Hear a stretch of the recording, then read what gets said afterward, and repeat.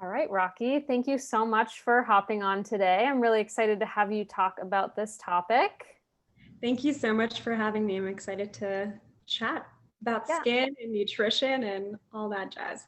Yeah. So tell me a little bit more about you because I know you mentioned kind of how you got into this field seems to be maybe a passion stemming from your own struggles with skin health. And it seems like you wear a lot of hats right now. You seem like a very busy person. Yeah, so I think I'm used to wearing a lot of hats because my profession starting off was actually in acting. So I'm an actress. I'm used to wearing different, I guess you can say, roles. And so I studied theater when I was an undergrad in anthropology. I always had a knack for health, but I realized, going like the medical school route was just never for me. I was much more of a creative, free spirit. So when I was coming out of undergrad, I actually started doing more out of theater to film stuff. So my skin is the first thing, of course, that I was just very insecure about because I have a history with a skin condition. So I have eczema, and I actually work with clients who have eczema and psoriasis.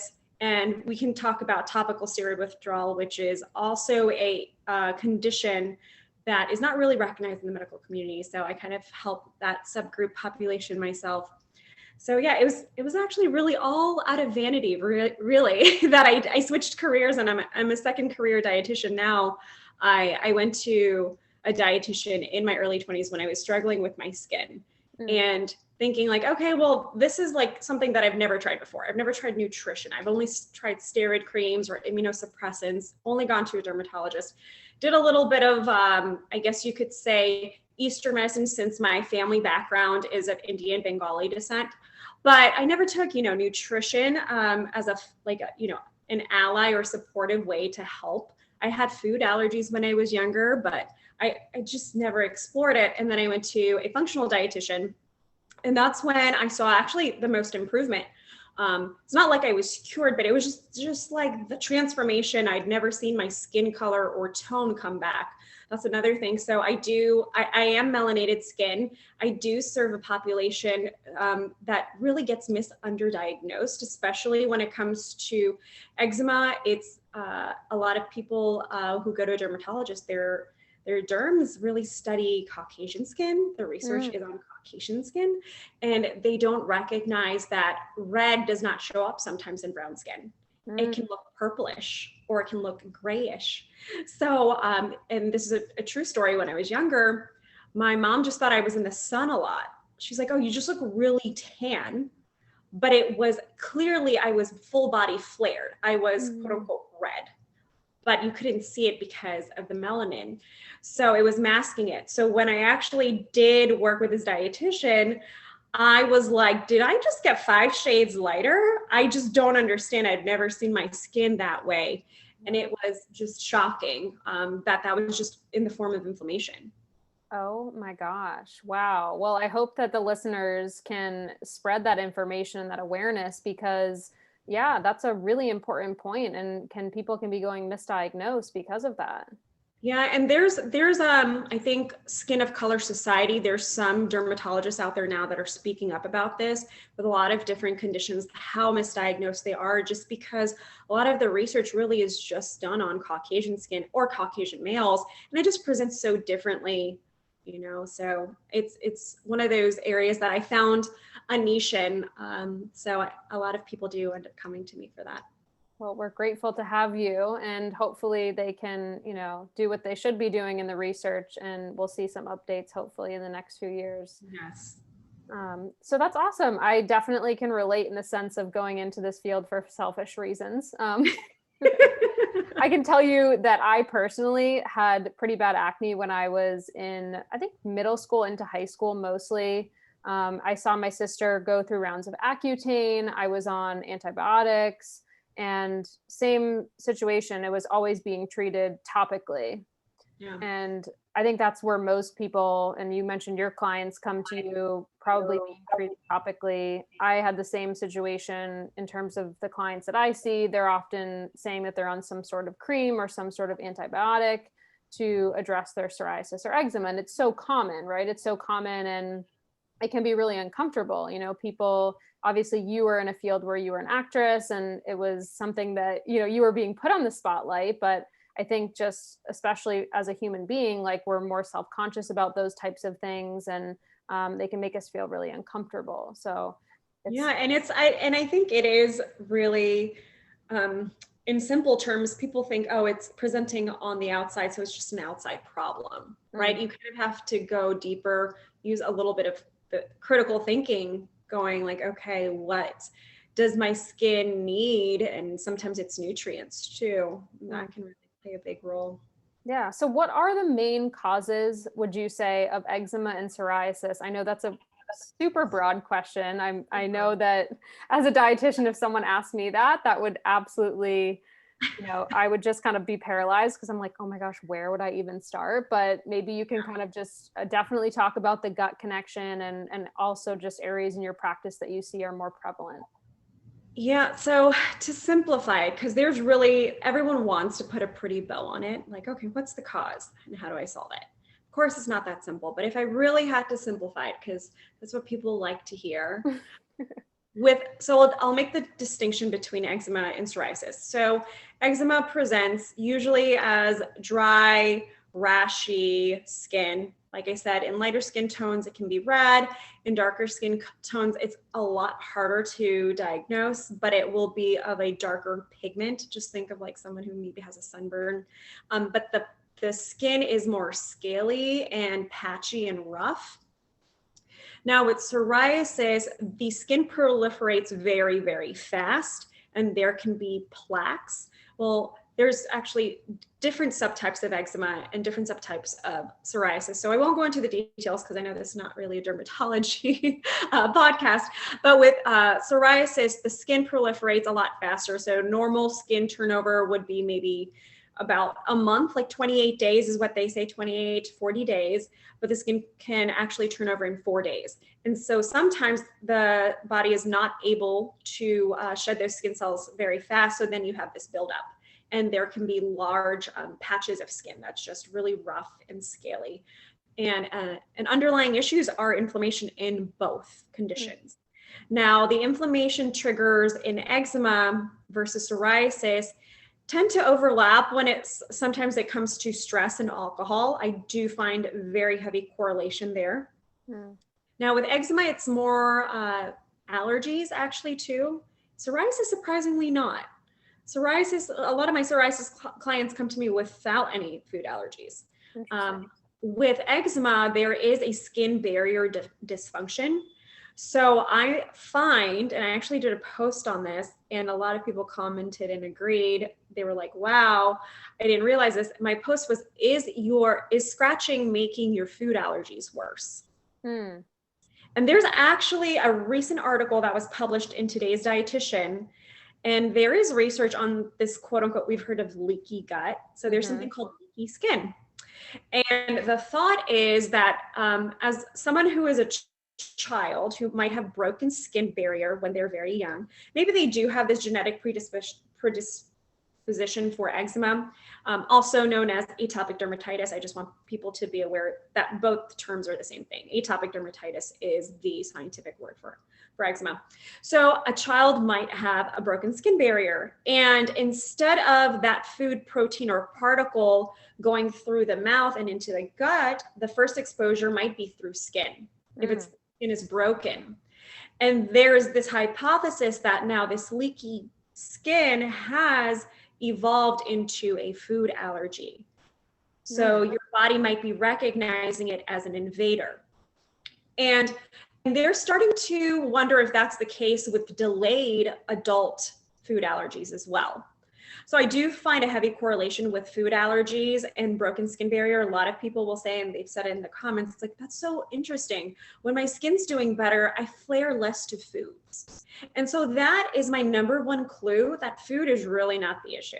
I mean, aside from maybe like some spicy foods, I'll find it's a hit or miss with eggs, wheat, and and dairy, it really is like, it's a toss up. I don't tell everybody, you know, you have to avoid these things for life. If anything, I'm like, please let's not avoid a lot of these things, because you really can develop an anaphylactic reaction to some of these foods. I actually have someone right now who avoided dairy for years, didn't have an issue with dairy, just thought she would eliminate it. And then guess what? She has a severe food allergy now. When she reintroduces it, her body just stopped recognizing it as something safe to eat. So I work with people through also a food freedom approach. Like, yes, we can eliminate certain foods and trial it. And I'm going to guide you through it safely to make sure, you know, you are getting adequate nutrients. You're not, you know, becoming malnourished. And we can do that for about 4 to 6 weeks. But then I really do like to do a phased in reintroduction approach to many of my clients. So like I said, with eczema, if we can actually focus on the skin barrier, protecting the skin barrier first, I find we don't really need to do a lot of food eliminations. Now with psoriasis, it's interesting because they will say like, oh, nightshades trigger my flares, or some spicy foods. So the nightshades might be a trigger for certain people. It's not really all nightshades. I really just find it sometimes to be the tomatoes. Tomatoes are just like this really funky food. I have no answers as to why.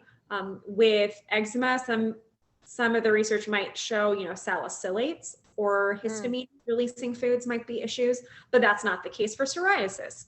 Psoriasis, I do find it be some gut stuff going on too. Especially when someone says, you know, my psoriasis flared right after I had a strep infection. That is actually very common, and it's being shown in the research. I do use functional stool testing in my practice on both clients, both subgroups, and both actually do end up having high levels of strep bacteria overgrowth and staphylococcus bacteria overgrowth. So, I do see that. I asked the question on my intake form, psoriasis or eczema, and I'm by no means an expert in the skin field at all, but I've made that connection. And it's so interesting because I didn't know the part you mentioned about the skin barrier. I had a client just this week who was saying she was itching her leg, and she said, she's like, I ate a certain food and then my leg got itchy. So I itched it and then it got worse. And then she said the second time she did it, she ate the food, but she didn't itch her legs and it was fine. So you're saying that like the itching is actually spreading it and making it worse. Yeah, the nuances to the research has not been ironed out yet, but I am finding it so common. There is a leaky skin and leaky gut connection.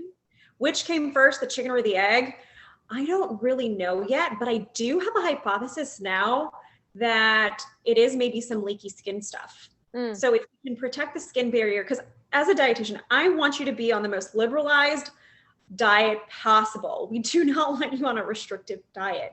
Sure. So if I can not have to eliminate a lot of foods and protect your skin barrier first, which I would recommend you highly go to a paramedical esthetician if you can to audit your skincare routine.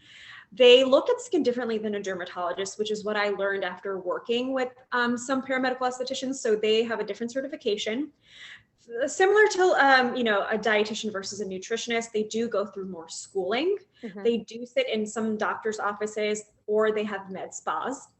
And they look at the epidermis and they study that really heavily and how to make it function. So the skin barrier function is really important in their work, and how to, of course, make it look aesthetically pleasing because they're in the field of aesthetics. Sure. So I find that working with someone instead of guessing with different products that are made for the general mass public is going to be much better in your skin recovering, because you're just playing with like a chemistry experiment on your skin. You're trying this cleanser, you're trying this, you know, oil and this product. So it is like a chemistry experiment that's really damaging your acid mantle. So the pH of your skin is very, very important. They do show that at least in eczema patients, the pH level is more alkaline, and there is actually a skin microbiome. And for your skin microbiome to be happy, it needs to be at a more acidic pH, believe it or not.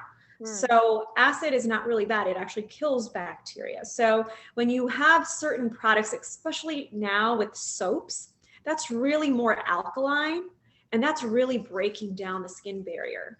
So I say a lot of times, let's see what we can do and like reduce your skincare routine from like the 10 products that most people show up with down to like maybe 3, and really just work from there. Okay, so that's one of your recommendations, is because you mentioned kind of improving the skin barrier. So it sounds like meeting with a professional, getting your skincare routine to be really simple.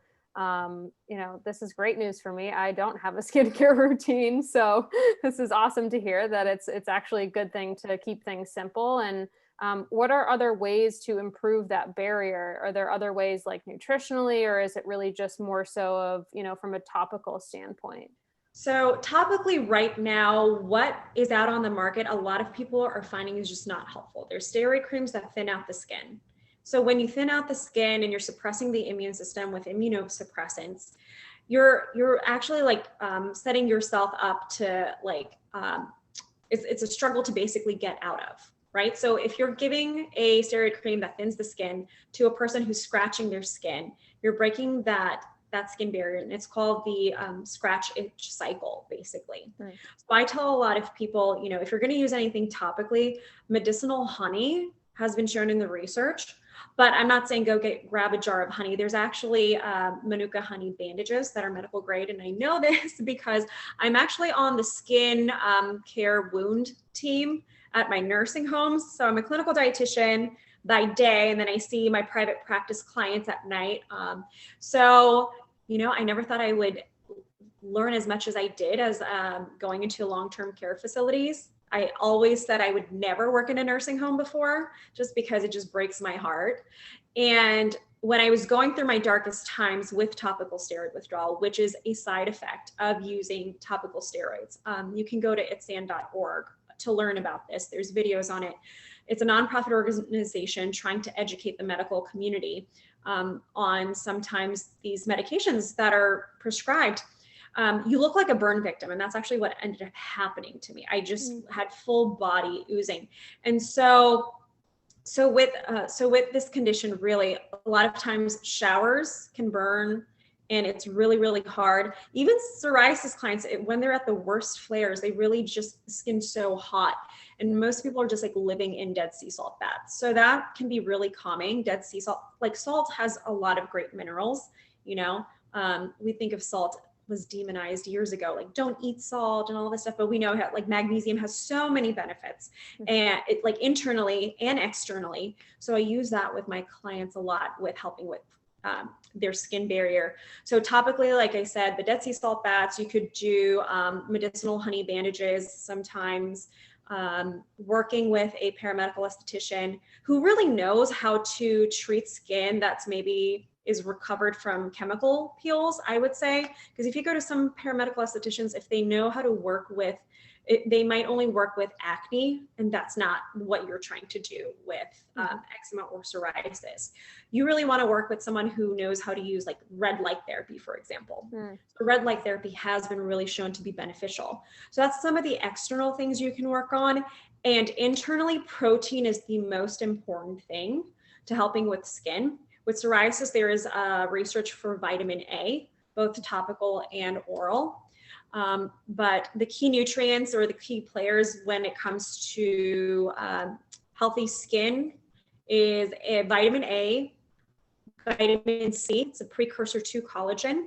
No, you do not need to supplement with collagen. I think it's a great addition if you are at least meeting your protein needs. And I do say minimum would be 20 grams of protein per meal. I just find a lot of people are not having enough protein. It's funny because I asked a poll on my Instagram the other day, did you flare after going plant-based? Did your skin flare after going on a plant-based diet? And it was really 50-50, because I do find it commonly where people think going on a plant-based diet is really, really healthy. But what's missing a lot of times is they're not getting the adequate amount of protein that they need. Or with eczema patients, at least, there is a high amount of histamine releasing foods that can cause itch. And histamines are not necessarily a bad thing. It's kind of nature's a natural chemical. But if your body cannot clear it out properly, yes, you might get, itching from strawberries, for example, or from avocados or bananas. seemingly unharming or innocent foods to eat. So I find that when they increase the intake of plant-based foods, you really want to focus on maybe some non-histamine releasing foods if you have eczema, if you think that's an issue. So sweet potato is high in vitamin A. It has over 500% of your daily value for vitamin A. Vitamin C foods would be things like peppers or broccoli. I think it's also really important to have some really great B vitamins because those are great for your gut. So B vitamins like B2, B6 is really, really important. So you can get that in chickpeas, oats, for example. Selenium is a really powerful antioxidant, and it's a precursor to glutathione. I do find a lot of my clients with skin issues need liver support. Not liver detoxification. That is a different thing. You don't want to be doing liver cleanses is, I think, a very popularized thing right now, but some people can feel worse on them. Yeah. I just had a client actually, she had just gone through the medical medium diet, and the two biggest things she said were her gut health felt worse and her skin flared up worse. So I think everything you're saying, I 100% agree with. Yeah, it's so individualized. That's the thing. For some people, they might find the approach works for them, especially if they're coming off of a, like they say, a SAD diet, a SAD American diet. Sure, if you come off of processed foods and you go on to some whole foods that maybe medical medium is recommending, it's great. But then let's look at some underlying stuff that's happening. Maybe you just introduced fiber way too fast and you had some gut dysbiosis, maybe an imbalance of good and bad bacteria, and you kind of just threw off the flora and it went, hey, well, let's slow down. So yeah, I do see that happening a lot. Zinc is also another really important nutrient too. Yeah, so you mentioned selenium. So definitely I talk about Brazil nuts a lot. 1 to 2 Brazil nuts a day, you get your daily value. Zinc, pumpkin seeds. I talk about pumpkin seeds all the time. Any other nutrients that you would say are really important? Yeah, so I don't recommend Brazil nuts to my eczema patients because they're so highly allergic to nuts, a lot of them. That's the nuances I want to tell every dietitian. It's like what you think is obviously a blanket recommendation. You have to think about your population. Right. And it really is hard to work with eczema clients. With the psoriasis clients, they don't have the food allergies, like I said. So you can recommend the Brazil nuts, and 2 is definitely going to meet their needs. But yeah, with my eczema clients, so how they can get it is going to be turkey, beef, chicken, brown rice are going to be those selenium sources. If they can have fish, then I would say halibut, because halibut has upwards of 60 to 70% of their daily value needs for selenium. So it's just a touch and go with that population. So they should definitely be working with someone who's aware of all the not top 8 allergies anymore. Did you know sesame has now been added to the top? Yes, I did see that. Yes. So yeah. Oh, so awesome. So that's great. I think it's really important for people to kind of hear about some of these foods, and especially hear about collagen. I think it's become really popular, and collagen, I always say to clients, like you said, great source of protein. So if it's going to help you get your protein in, but another thing that I see a lot of issue with is the histamine intolerance. And so, as you mentioned, there's so many different nuances with and no bone broth. I actually would not recommend bone broth to anyone who has histamine intolerance or kombucha. It's these fermented foods that we're constantly told are so good for you, and they really, really are. But if you have gut issues, they're not. Yeah, and I can actually attest to this. This was before I was a dietitian. I was like, oh, kombucha, I keep hearing about it. It's so great. And I had kombucha, and I flared like a red lobster. Mm-hmm. It was like the craziest thing, kind of similar to like if someone has, a glass of wine. I got so stuffy in my nose, everything was watering. And then I put 2 and 2 together after I became a dietitian. I'm like, this really makes sense. No wonder. Yeah. I used to drink kombucha all the time, and then had horrible gut issues at one point. And I remember I drank just the tiniest bit of kombucha, and my face was like ghost white. I was super nauseous. And I remember going into work that day, and I can't tell you how many people asked me if I was feeling okay. Like, it must have been so apparent as to how horrible I felt from drinking it. And it actually prompted me to, now thinking back on it, I did a TikTok video on it of like, people telling people to drink kombucha because it's good for you. And a lot of people, you can feel a lot worse. So you have to fix the underlying cause before you start incorporating some of these foods. And then also know that some people just don't tolerate these foods, and that's okay. It's really about finding what's individualized and personalized to you. Absolutely. 100%. That's awesome. So there's probably a lot of different treatments out there. I mean, we talked about, so leaky skin. Can we talk a little bit more about specifics of gut health and kind of like the link between leaky gut and psoriasis and eczema, and some other underlying things that maybe you can talk about that you see in your stool testing, and I can kind of weigh in there as well. Yeah, so like I said, there is a high prevalence of Streptococcus and Staphylococcus aureus bacteria that's overgrown there. I do find secretory IgA also very low, which is an immune marker. So a lot of times if I'm going to go in with any kind of intervention, I start slow. So Saccharomyces boulardii is a really great spore-based probiotic. You do have to be careful with some of the probiotics. They can, of course, be histamine liberators. There is research that shows Lactobacillus rhamnosus, LGG, is really beneficial for eczema. There's a couple strains, which I'm going to just butcher for psoriasis, but they have like a broad spectrum. Getting broad spectrum probiotics in is going to be really great there too. I really think people are under eating fiber. So when it comes to that, if we can get more fiber in the diet, great.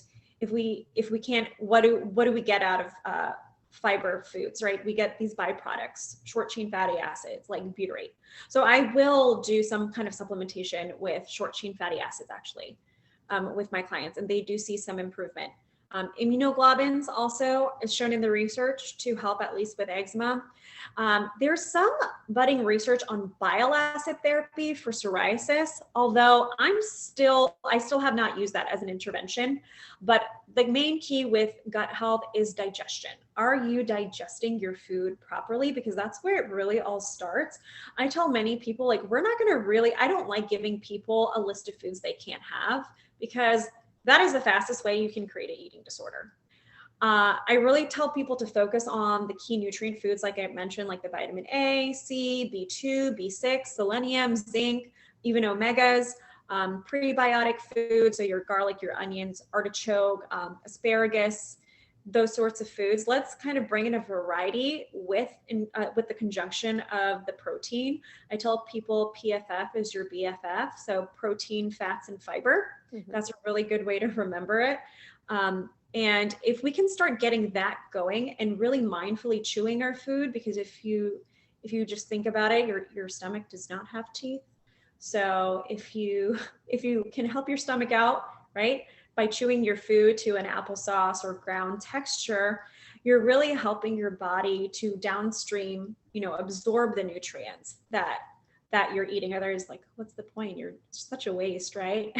You are not what you eat, you're what you absorb. I can say that over and over again. People got to drill it in there that you can eat all the healthy foods. You can eat kale and carrots and zinc and selenium, but if your gut is unhealthy, you have dysbiosis, if you have leaky gut, you cannot properly absorb and utilize all of the beneficial things. And another thing too that I notice, a lot of people will start the day and they'll say, like, I started with a celery juice and a smoothie. And I'm like, well, what'd you have after that? Oh, well, I didn't eat lunch till like 2 or 3.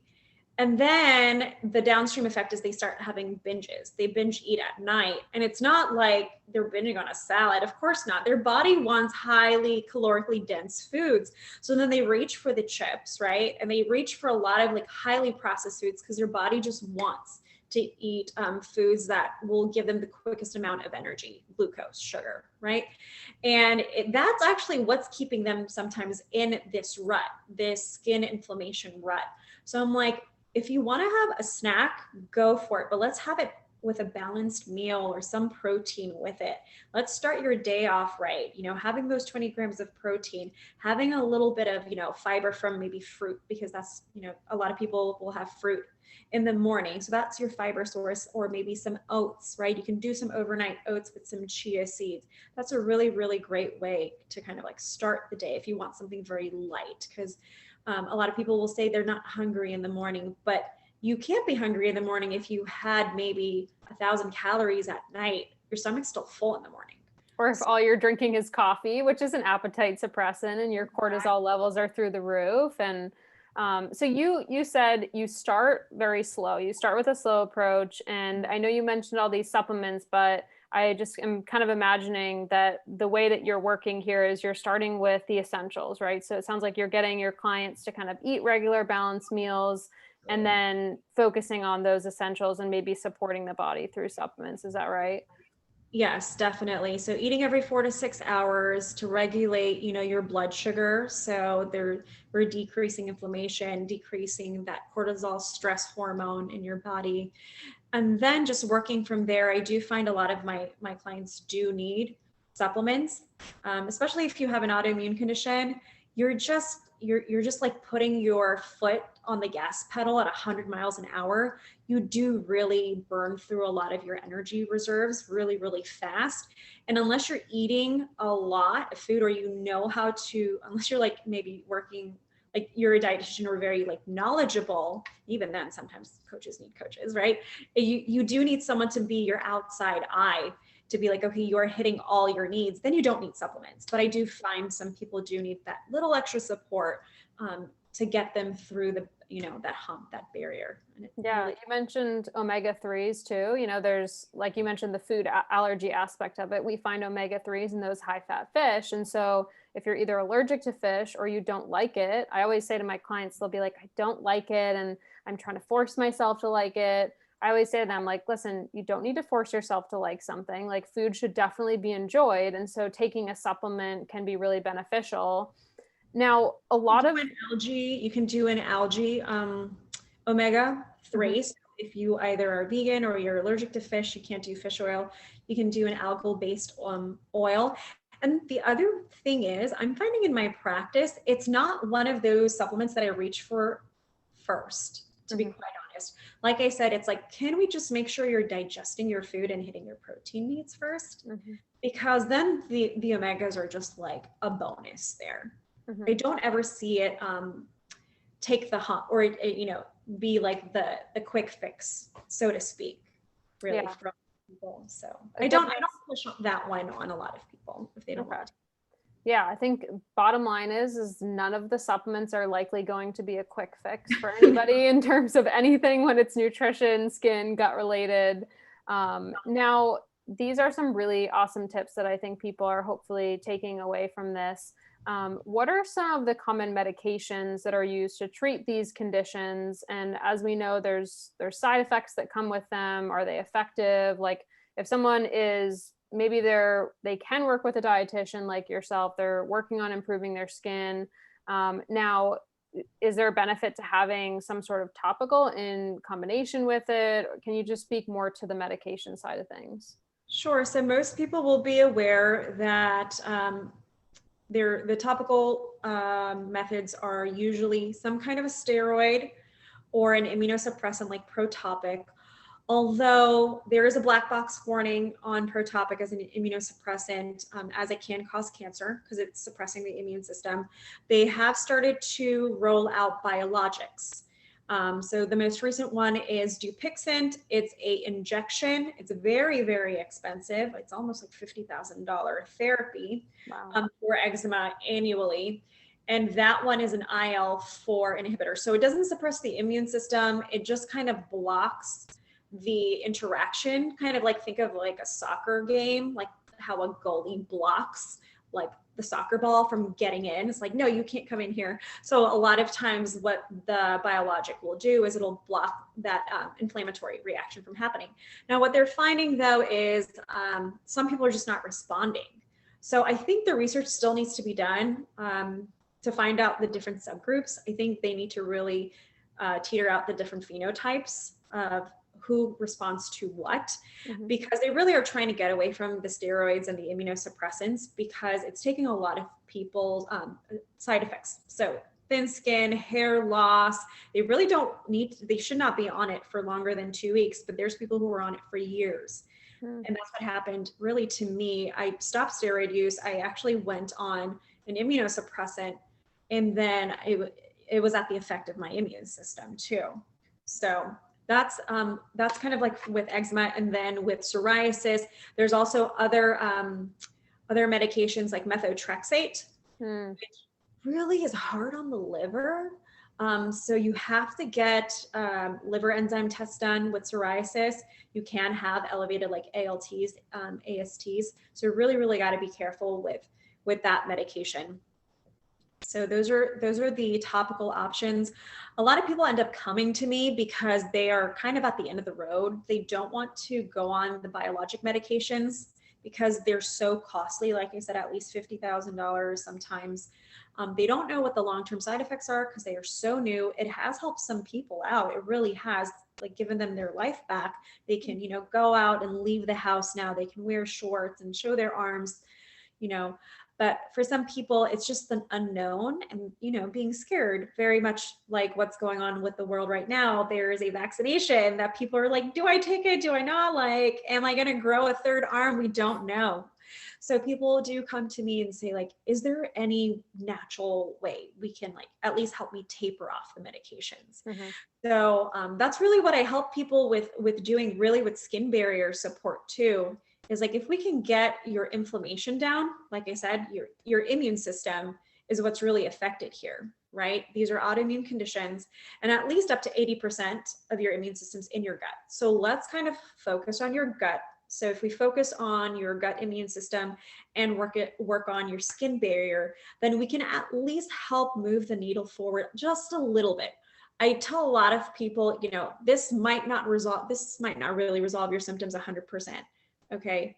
But my guarantee usually is like, okay, we're going to at least move the needle, and people are just happy with maybe even 50% improvement. Like, they're like, I can live with this. This is great. And in turn, we just improved also your nutrition, because that's the foundation still to everything. Nutrition should always be a foundation to anything and everything. So that's really how I go about my approach with my clients. That's awesome. That's great. And I love that you use stool testing because, I've had so many clients where had we not done the stool testing, like, we would have had no idea that this person had candida overgrowth or some sort of pathogen that need to be taken care of. And so it's like, we don't want to have the clients obviously go through extra testing, but sometimes those tools can be absolutely invaluable. Yeah. And you brought something up that's really important, the candida. I usually don't recommend a candida diet. I don't know about you, Erin. I don't do the diets. Typically, that a lot of people will, I just put a client on some supplements to help with the candida overgrowth. And she came to me and she was like, you didn't tell me to, like, cut out a bunch of foods. And I'm like, yeah, I don't do like, if, we can treat it without having to put you on a restrictive diet. Exactly. Right. Yeah. I think that was honestly more of like a trend thing. Like, oh, you have candida. And then people were just all of a sudden cutting out sugar, and there was no actual antifungal protocol in combination with that.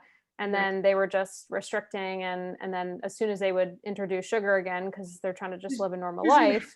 You have to. Sugar, right? Your body thrives on glucose.